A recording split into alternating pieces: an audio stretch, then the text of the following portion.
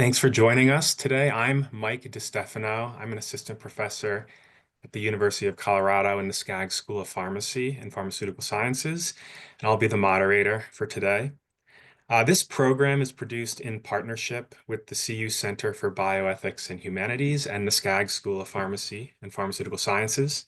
And in this Ethics in Pharmacy series, we aim to explore ethical challenges and opportunities in the field of pharmacy. And our topic today is ethical considerations in the use of psychedelics.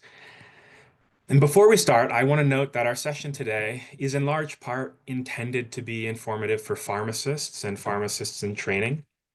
This means that we take for granted that psychedelics will be used in a Western biomedicine context. But there are many who continue to raise serious and important concerns about the extent to which these substances ought to be adopted and commercialized by Western practitioners of biomedicine, especially given the very long history of their use within indigenous and spiritual communities around the world. So we hope to address some of these issues during the session, and we also welcome questions from the audience on this topic. So we have a fantastic lineup of panelists, and I'll just briefly introduce them. Fuller biographies will be posted in the chat if you're interested. So we have Dr. Stacy Fisher. She is a professor of medicine in internal medicine at the University of Colorado School of Medicine. We have Dr. Amy McGuire, the Leon Jaworski Professor of Biomedical Ethics and the Director of the Center for Medical Ethics and Health Policy at Baylor College of Medicine. And Dr. Kristen Spear. She's a co-founder and board director at the Psychedelic Pharmacists Association and the founder and owner of the Magic Mushroom Interaction Checker. So we'll now get to know them and this topic a little better with our first set of questions. So I just want to start with a couple of background questions.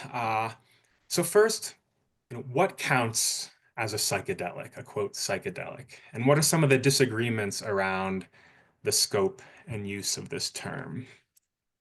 And I'll just let anyone jump in here to start. So I can kick us off as a good lawyer and say it depends. So there is disagreement about what counts as a psychedelic. There are a group of classic psychedelics that are typically sort of, if you're a purist, that's what you're talking about. And these are substances like psilocybin, LSD, DMT, that have particular effects on receptors in the brain. But people also very frequently will include like entactogens like MDMA in when they're talking about psychedelics. And then some people will expand out even further and talk about things like ketamine, which is more of an anesthetic.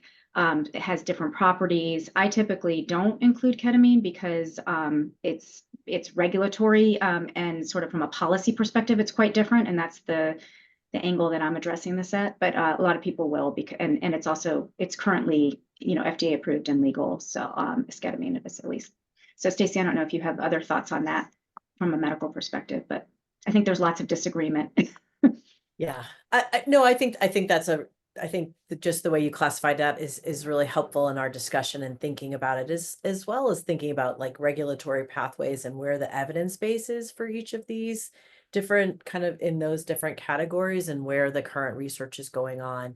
I think there's also, it's really an interesting question around thinking about like mechanism of action and how much we don't know about how these substances and why they work, where they work, and what they're doing, both at the kind of at the neuroscience level of the brain and at the psychological level. Yeah, I'd have to agree as well.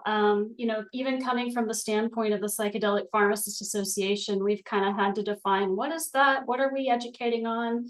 What are we considering a psychedelic versus not?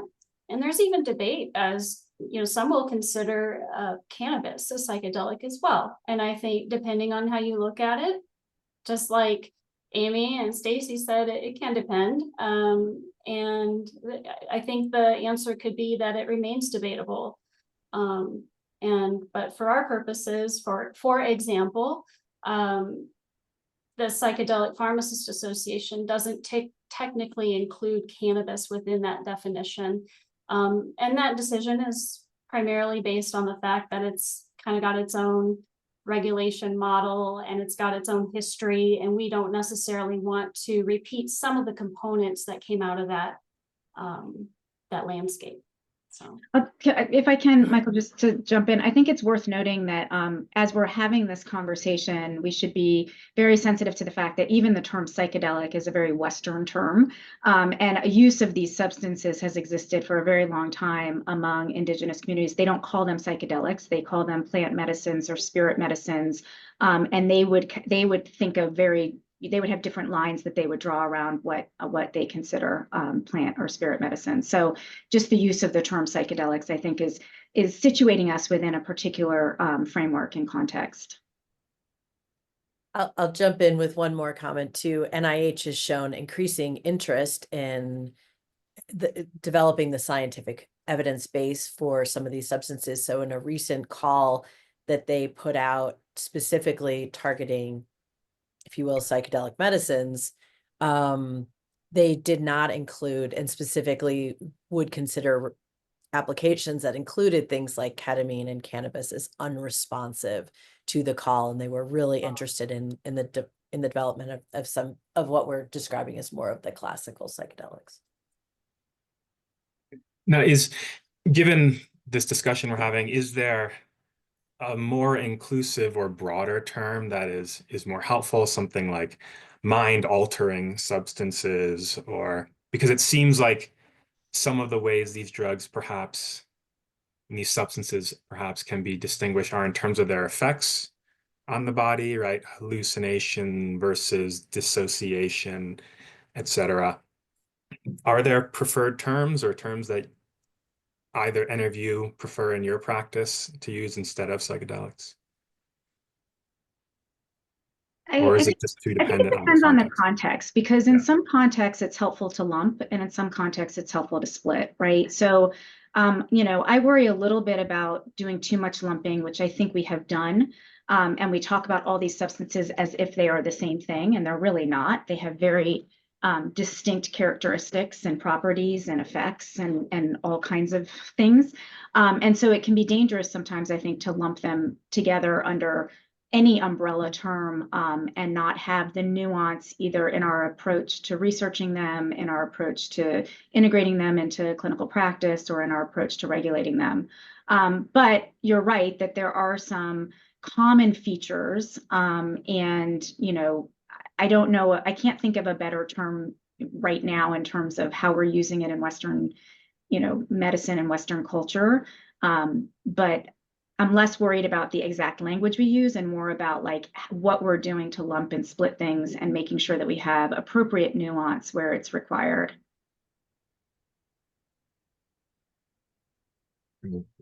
I think that's such an important point, Amy. I think like as I'm a palliative care clinician in my clinical practice, and communication is so important. So saying the term and then defining what exactly we mean and what we're talking about in this context with this term, I think is going to be really important. I think I'll add too that, just to round out what Amy was saying earlier, there are some indigenous cultures that don't even like to say the word psychedelic, because to them, these are sacred beings. For ritual purposes, for ritual use. And the term psychedelic renaissance implies that we're rebirthing or re-acknowledging or relearning or finding something new again, whereas traditional cultures have been using and respecting and honoring these plants and fungi for millennia. And so Renaissance to them is often perceived as, or to indigenous folks and traditional wisdom is really almost another form of appropriation. And they've known these things for a long time. They've known how to use them for a long time. And so even the word Renaissance is controversial.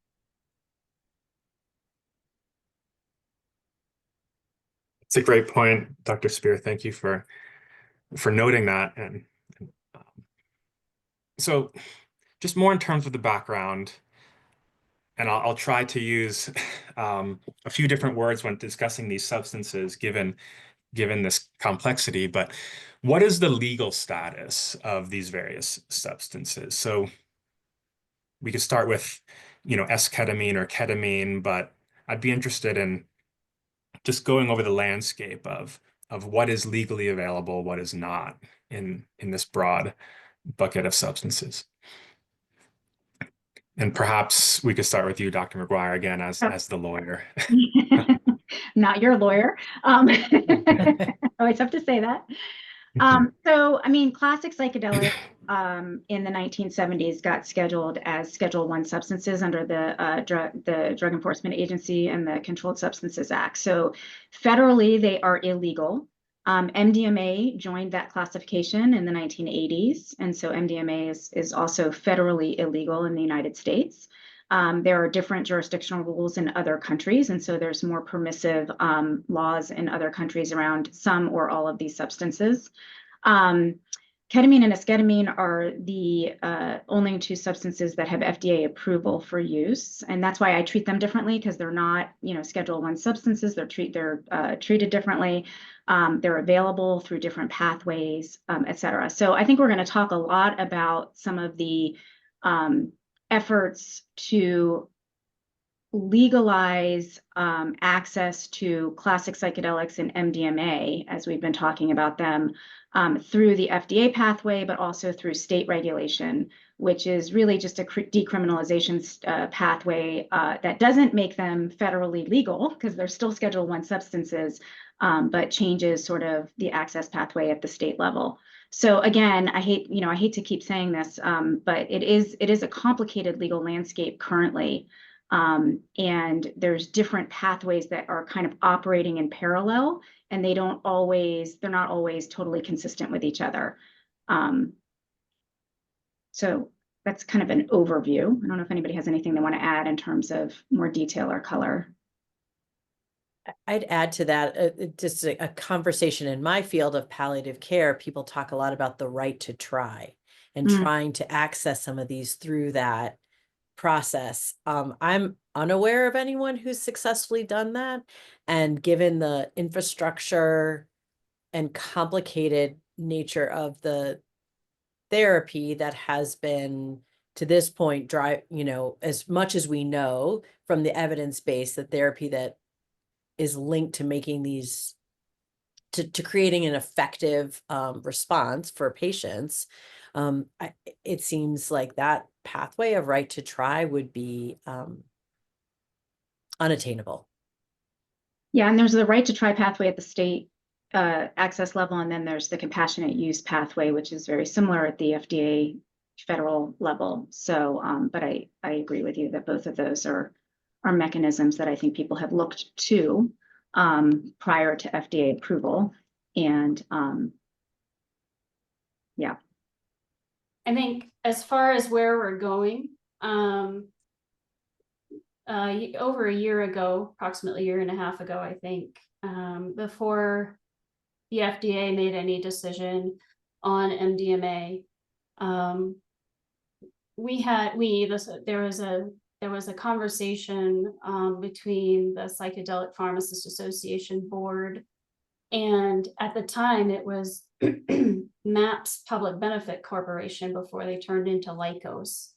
And we had a conversation with them to understand the role of the pharmacist when products were approved, when MDMA or even psilocybin were approved. Where within the current medicalized pathway would pharmacists be involved? Would we be dispensing at the counter?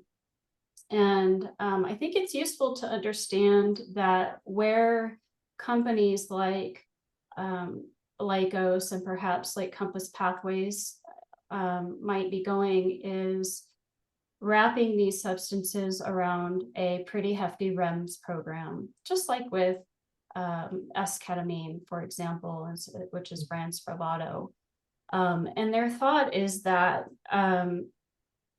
generally speaking, for the substances that impart a hallucinogenic type effect, and similar effects. That these substances would probably require not only REMS, but also be what goes along with that is limited distribution and specialty pharmacy. So that's kind of where the discussion was left last time, was that these medications would more than likely be a specialty type drug and administered only in clinic. And so from a pharmacy standpoint, pharmacists would be involved in specialty, which we know there's a lot of services in specialty pharmacy and including education and mail order and so on. Although these substances probably wouldn't necessarily be mail ordered to your residence, for example. And then probably, not definitely, again, maybe Amy or Stacy might have input here, but last I understood, these substances would probably, once approved, the product, not the substance from nature, but the product would probably be approved at a Schedule 3. So that's just some insight to see where things might be going, and gives you a little bit of an idea where pharmacists might play a role. That said, there are companies out there trying to chemically modify and alter some of these compounds to remove some of the more risky psychological hallucinogenic effects. And if that's successful, we may see more of these dispensed in more of a retail community setting, like at the counter, potentially. So none of this is said and done or confirmed, or but I wanted to kind of give some insight on what we might be seeing on the FDA approval landscape. Kristen, that's really interesting. And I just wanted to also add, I think this also speaks to, as going back to our earlier question of how do we classify and think about these different compounds, I think one other distinguishing feature is the potential for abuse liability. And I think that our understanding is still evolving, but we've had a very public case of someone dying of in a ketamine related incident, taking well above the prescribed, and I'm talking about Matthew Perry. And then certainly part of that abuse liability was one reason among many that the FDA made their ruling against MDMA moving forward. And in the psilocybin space, I don't think they've seen that nearly as much.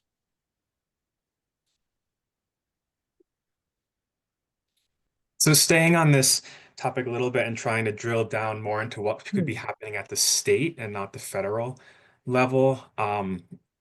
Dr. Spear, would you be able to describe a little bit about what's happening in Oregon and Colorado in terms of access to psilocybin?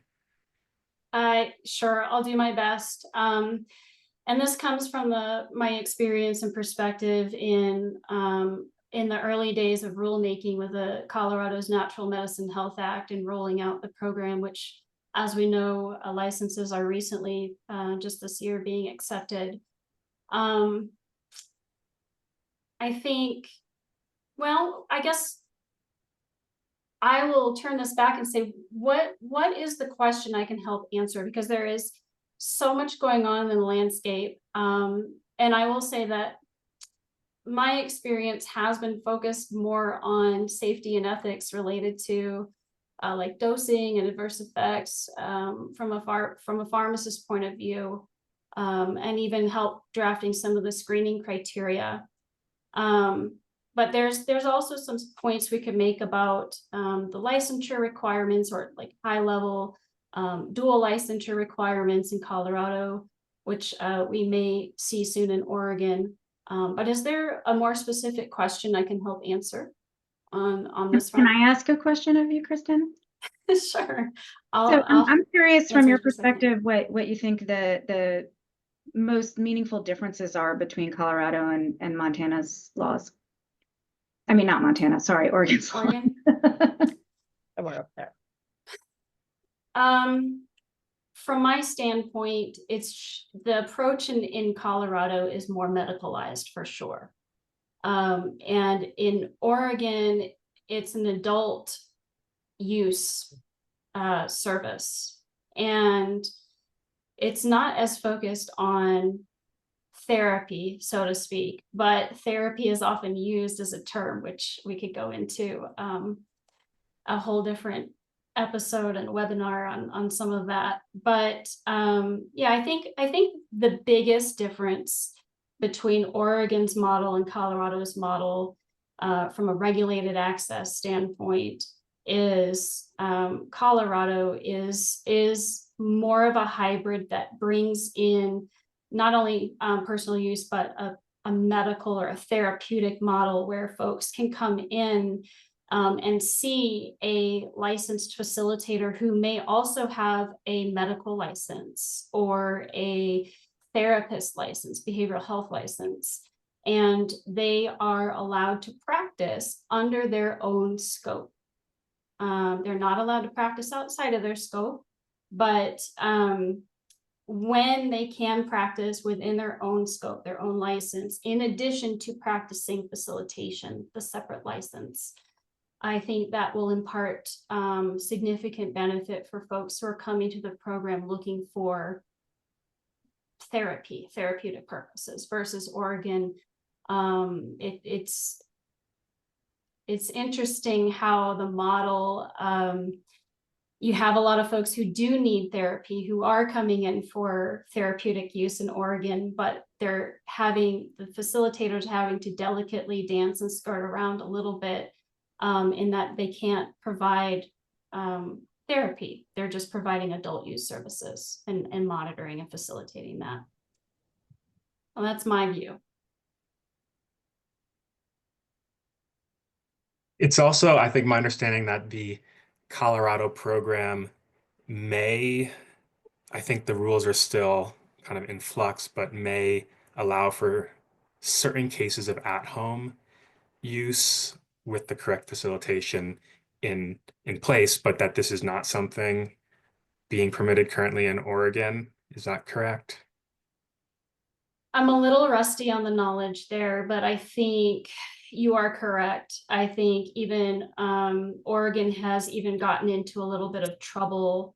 And please jump in, Stacy, Amy, if you have any insight here, but a little bit of trouble in that they're not allowing the use of these medicines for folks. They're restricting access for folks who are maybe on palliative services or end of life, for example. But here in Colorado, we're trying to learn from some of Oregon's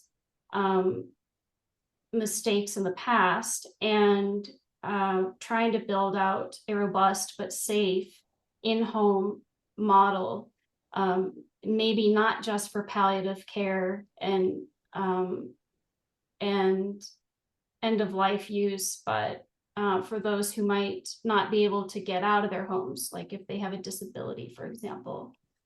So I apologize, I can't speak to that much more robustly, but that is definitely another difference between the two programs is carving out the safe in-home, safe and effective and accessible in-home use.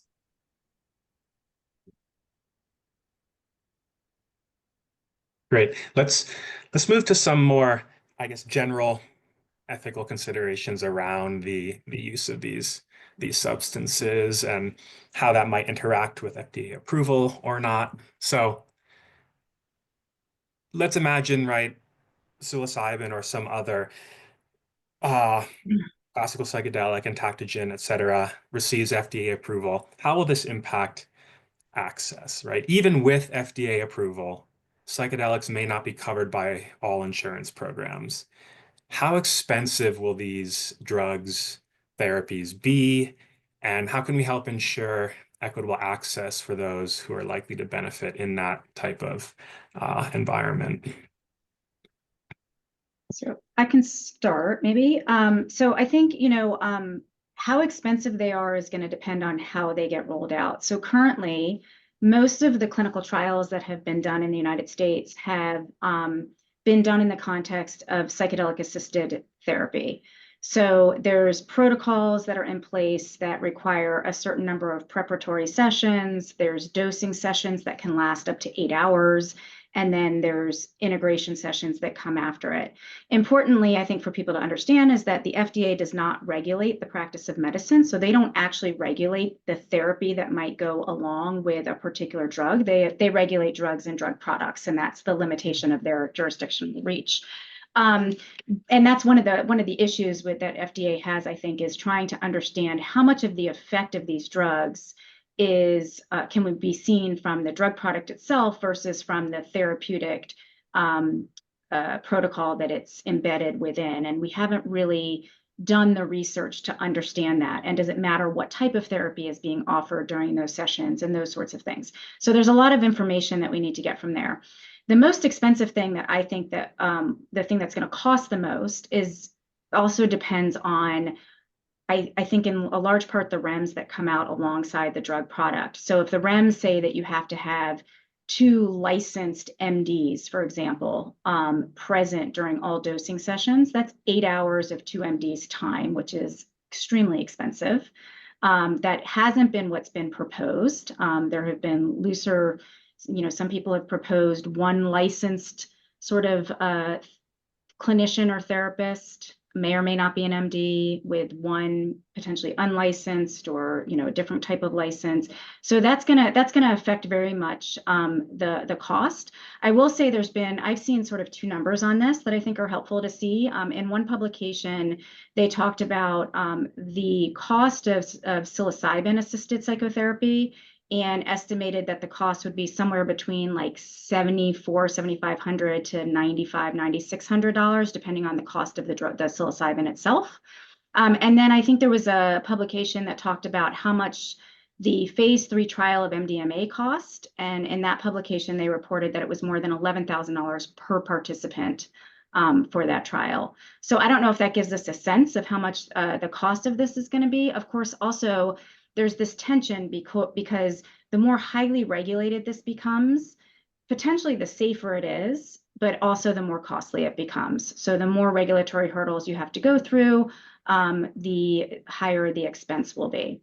So it's gonna be fairly costly and difficult for people to access these therapies if insurance companies are not covering them for particular indications. And this is where I think those parallel pathways of access are going to come into play, and people are going to seek out treatment in other parallel pathways, either through states, through medical tourism in other countries where there's more permissive legislation, or through things like at-home personal use in the unregulated setting.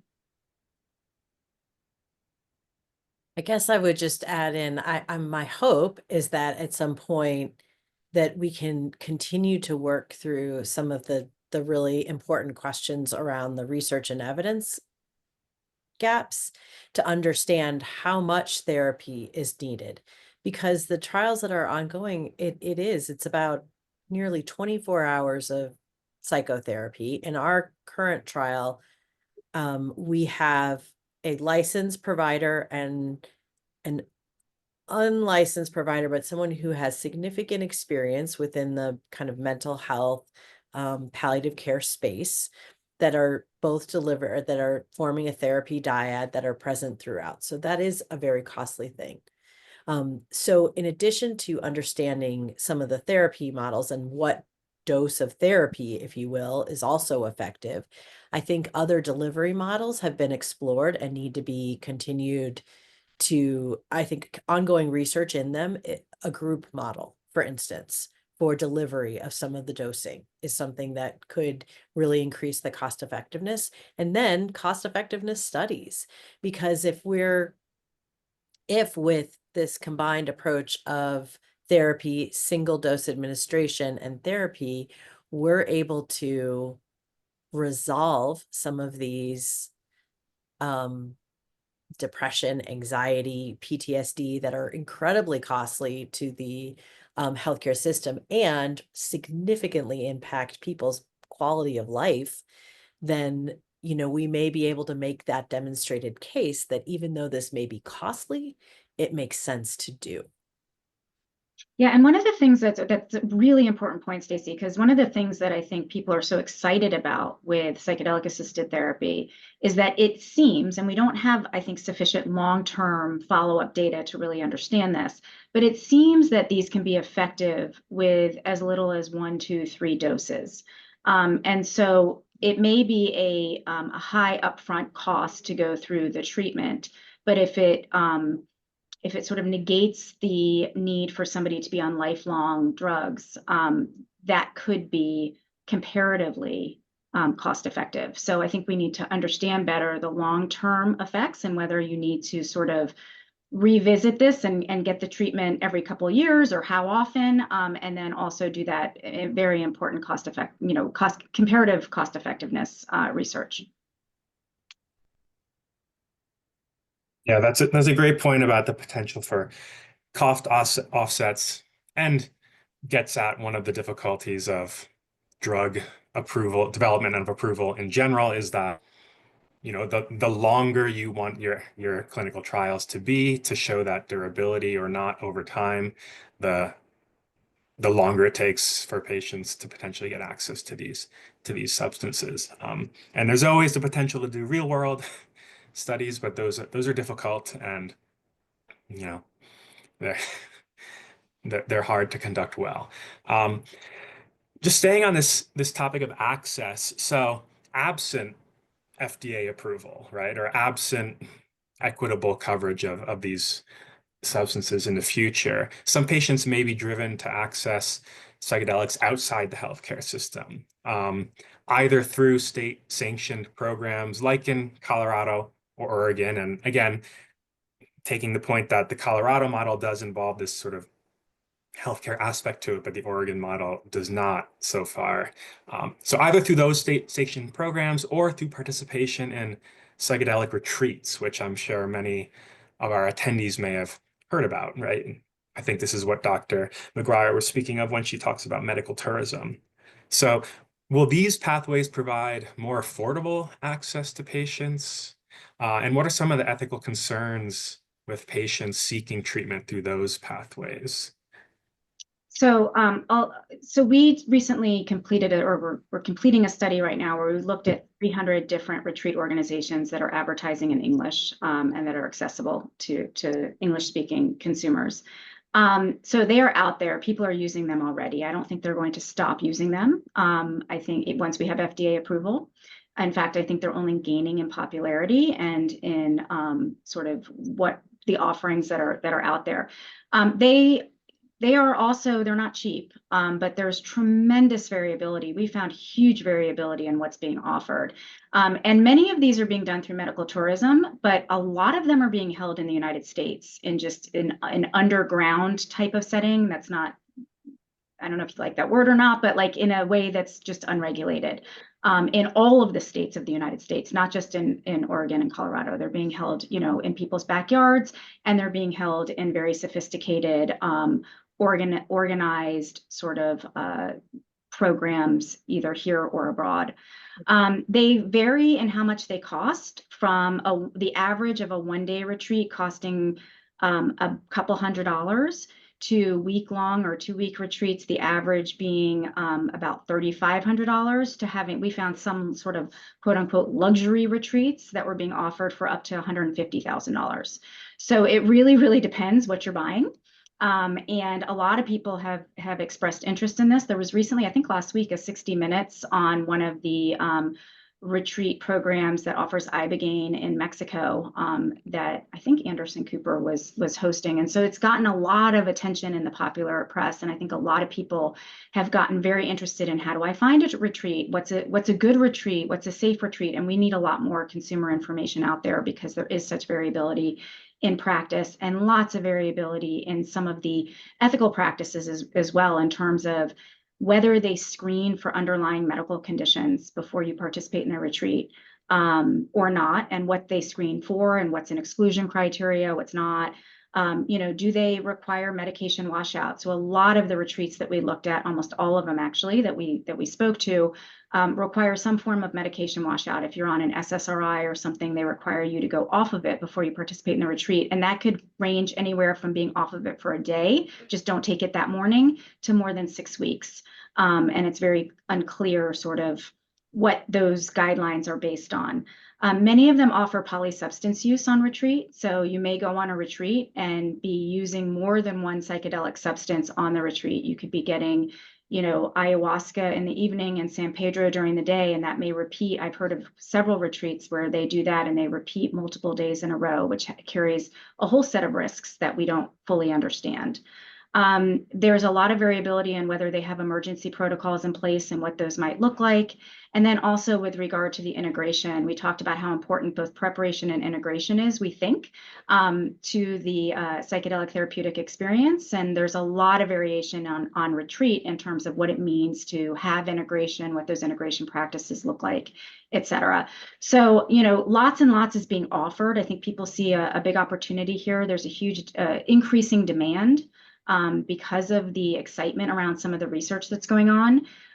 It will increase access because you can get access to these things outside of the medical model, and you don't have to have a particular medical indication to get a prescription, for example. But with that might come increased risks if you don't know what you're signing up for. I think I'll add to, I would say that it's important for pharmacists to learn about these substances, even though they're not FDA approved. You don't have a product label to look at. And that's difficult. That's really challenging. But we really need to do our best as harm reduction experts to be able to inform folks what are the potential effects and what are the potential drug interactions? What should we look out for?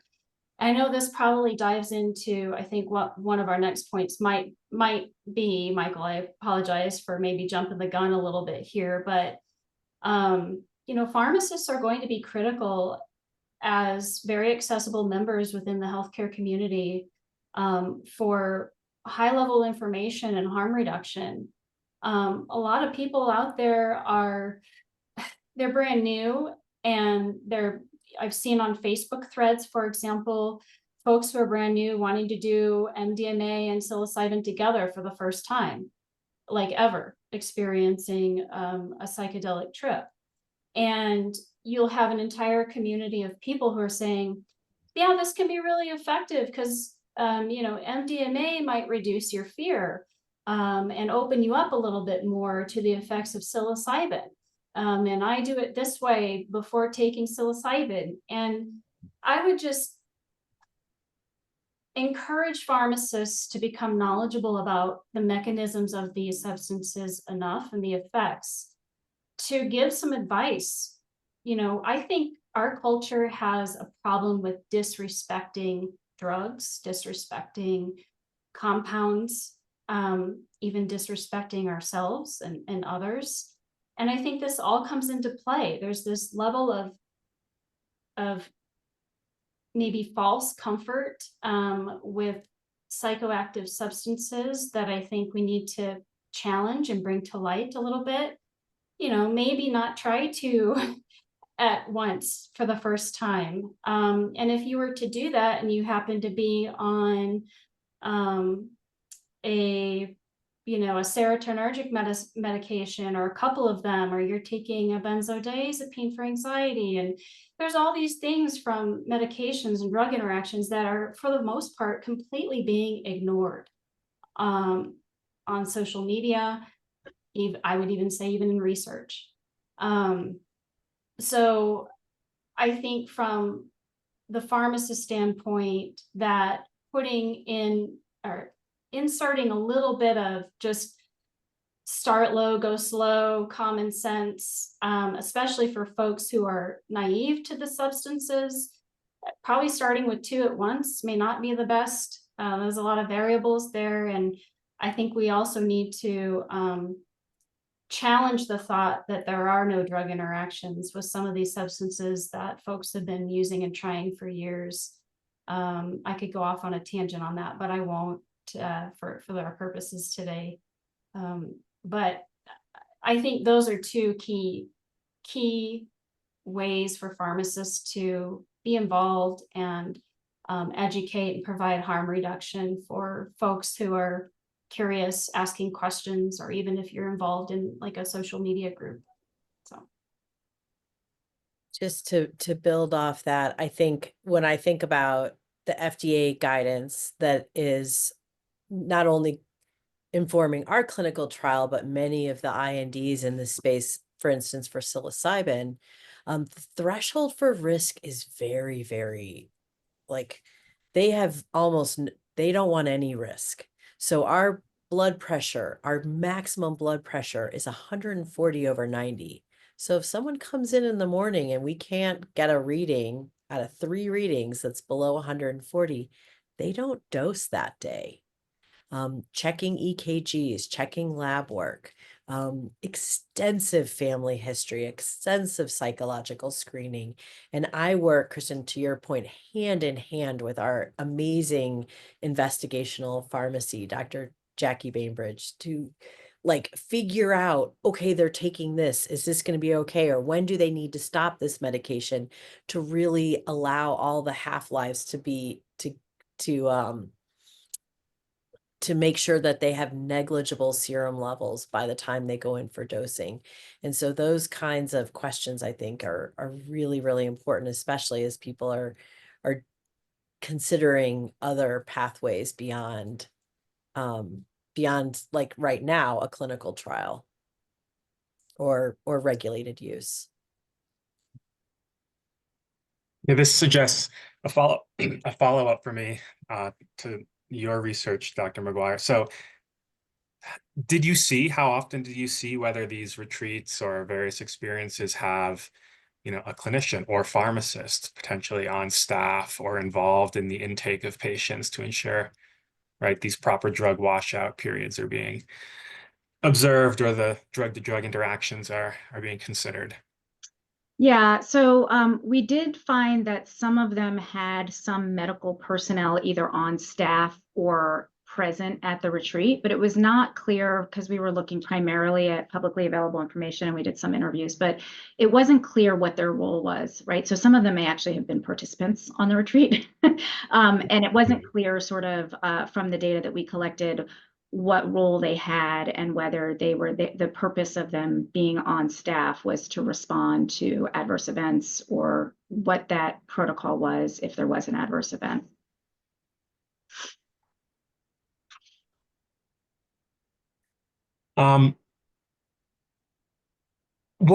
So I do want there to be time for some audience questions, but maybe 1 or 2 more questions before then. So what might we expect from the new administration regarding regulation of these compounds or enthusiasm for their use in biomedicine? I'll start. I think there's a lot of unpredictability, I think would be fair to say, with the current administration. Now, I think it's very likely that we'll see this week that Robert Kennedy Jr. will be confirmed as Secretary of Health and Human Services, and he has been very public about his support for psychedelics in general. Now, whether that means, and I think there are a number of pathways that could take, and I think I'm going to turn to Kristen and put you on the spot because you really outlined it really beautifully in our pre-game conversation. But so I'm curious, my hope is that there will be increased funding for science to try to answer some of these really vital questions around the role of therapy, cost effectiveness, and pushing the boundaries of safety to where we really where we're not so constricted by who is able to access these, that we have a broader understanding of their effectiveness. I think what I can add to that too is, if for example, Kennedy tends to lean more pro psychedelics, but also tends to be maybe anti-pharma, for example. That's an interesting stance, and it probably brings more questions than answers at this point. But one way that could play out, for example, is, although I don't know if this would be very likely, but descheduling or rescheduling, or descheduling, not just the FDA product, but also the substance, the natural substance itself that's currently Schedule 1.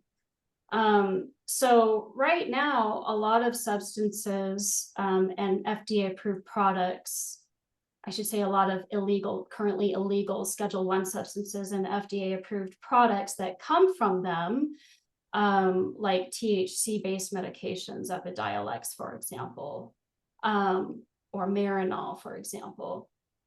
The product itself is not a Schedule 1, but it contains a federally Schedule 1 substance, for example, and that substance alone outside of a product is Schedule 1, as we know. So if someone like Kennedy or the new administration has this kind of stance, we may, for example, see a descheduling of potentially both the product and the illicit substance, if that makes sense. I think we'll see huge pushback from pharmaceutical companies if that's the route that's taken. And I don't know what the likelihood of anything like that might be, but it's also currently a problem to access, is this bifurcated scheduling. So where you do have a substance that's Schedule 1, and then you have a product that's Schedule 2 or 3, and it reduces access to the substance for people who can't access it via the medical route, right? The medicalized pathway or insurance, for example. So it may effectively eliminate bifurcated scheduling, for example. Again, that's just one play out. I don't know what the chances of that might be, but if that could be an interesting thing to watch, to see. And I'll just add that I think it's been really interesting and remarkable how much bipartisan support there is for, and has been even prior to the Trump administration, for psychedelic research and therapy. And a big part of that is because a lot of the early trials have been on veteran populations that are, suffer tremendously from PTSD and suicidality, a very important population. The veteran community has been huge advocates for psychedelic drugs, and it's really brought bipartisan support where you might not think that there would be allies for pushing this forward to the forefront. And, as somebody who resides in Texas, I can tell you it's really interesting. We have, our former governor, Rick Perry, is one of the most vocal sort of proponents of pushing forward ibogaine research for veteran health in the state of Texas. And there's been quite a bit of support for that. So it's been really interesting to see.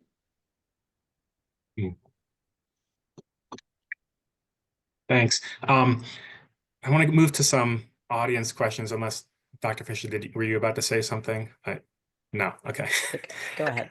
So I think, Dr. Spear, earlier you mentioned, I believe, this prospect of developing some drug candidates that don't have these hallucinogenic effects as a idea, the idea being you can perhaps eliminate some of the risks of these drugs. And we have a question from the audience that gets to this topic. So if the psychedelic effects or the hallucinogenic effects, let's say, are removed, how does that impact the drug's efficacy? Like how central to the drug's efficacy are those hallucinogenic or psychedelic effects? That's an excellent question, and it's a big debate right now. And I imagine both Amy and Stacy will have input on this as well. But real high level, because I know we're running out of time, I will say that there's a big question, and we don't know at this time how much the experiential hallucinogenic piece contributes to the therapeutic outcome versus the neuroplastic piece. the biological neuroplastic effects on your neurons with creating new connections or even creating new neurons. How much of both of those is required for the therapeutic outcome? There's a camp that believes it's probably not as important to have the hallucinogenic or experiential effect to get the therapy. And another camp believes it's absolutely required and you need both. So I'll leave it at that and open it to Stacy or Amy if you want to comment. I'll just chip in that we're studying things like mystical experience and these psychological mechanisms in our current trial. And so I think these are great questions to ask. And again, just highlighting the role that we need such better science in this space.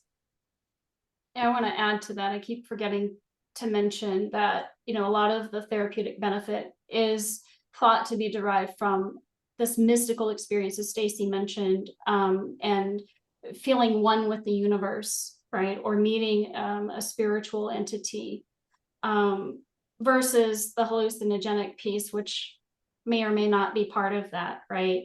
But I would say that could be, who knows whether we could tease those effects out, or even whether they're necessary to tease out from the experience or even chemically modify out. Who knows? But it's a great question, and I just don't think we have the answer to it yet.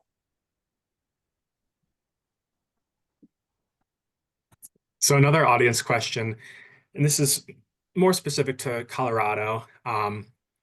So what are some of the ethical challenges that can arise for healthcare professionals in Colorado where, let's say, psilocybin use will be legal under certain contexts for, quote, medical purposes?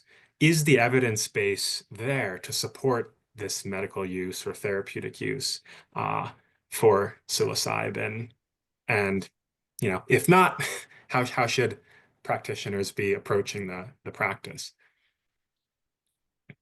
Well, at this point, I would cautiously say there is strong emerging evidence that this is effective in a major depressive disorder, in anxiety and demoralization associated with serious advanced illness. I think those are, and certainly PTSD.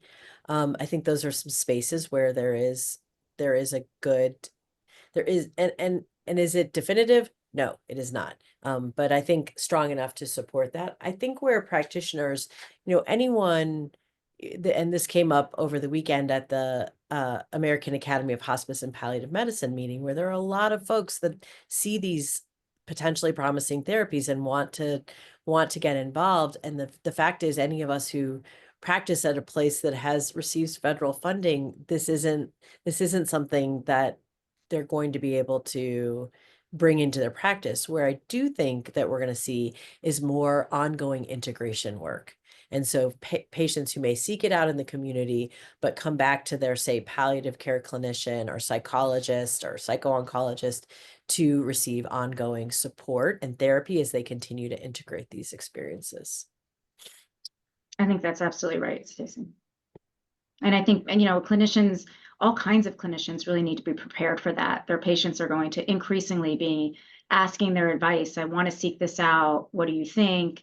They're going to say, I did seek this out and I want you to help me make sense of it. They're going to say, I plan to do this, but I have to get off of my other medications. Can you help me do that? I mean, there's all kinds of ways in which our current sort of licensed healthcare providers are going to get integrated into this system even prior to FDA approval.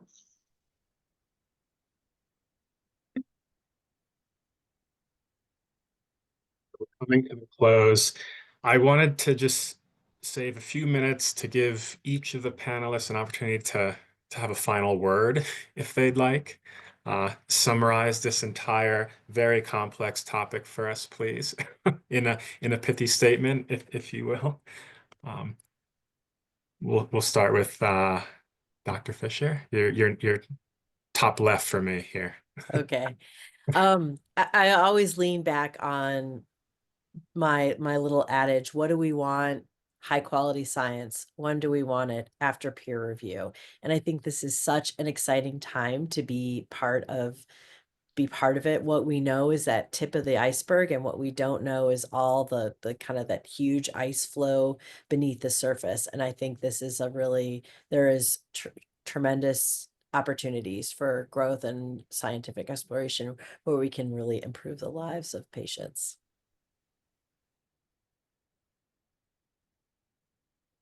I think I can't really summarize, and we never have enough time. I think we could spend an entire week or more talking about this, but I think I want to leave the audience and the pharmacists and the pharmacy students who might be attending here with one perspective.